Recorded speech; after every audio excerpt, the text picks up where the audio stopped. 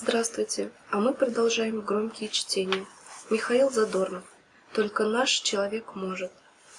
Только наш человек может уволиться с работы 31 декабря из-за того, что его смена выпала на новогоднюю ночь.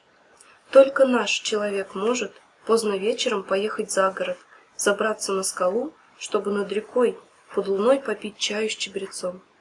Только наш человек может в 8 утра в переполненном вагоне метро, стоя на одной ноге и держа портфель другой рукой, разгадывать японский трехцветный кроссворд простым карандашом. Только наш человек может обмыть покупку на сумму в 3 раза больше стоимости этой покупки.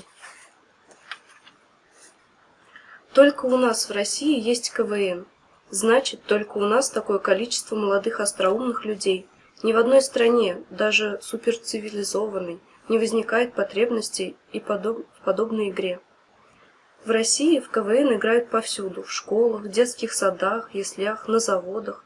А сколько молодых людей и девушек по всей России сочиняют стихи не для денег, а просто потому, что сочиняется.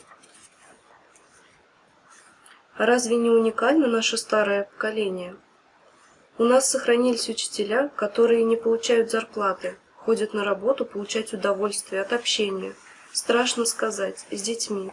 Более того, еще дополнительно за ту же незарплату ведут кружки самодеятельности. И далеко не все из них растерялись за реформами и перестройками. До сих пор только наш учитель химии за неимением реактивов может объяснить ученикам, как пахнет при смешении двух реагентов выделяемое вещество. И только наши ученики на экзамене могут определить это вещество по описанному учителем запаху.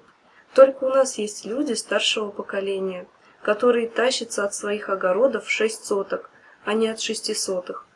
Только наши с удовольствием чистят морковку, картошку. На Западе уверены, что морковка растет сразу очищенная, порезанная, обернутая в целлофан и со штрих-кодом.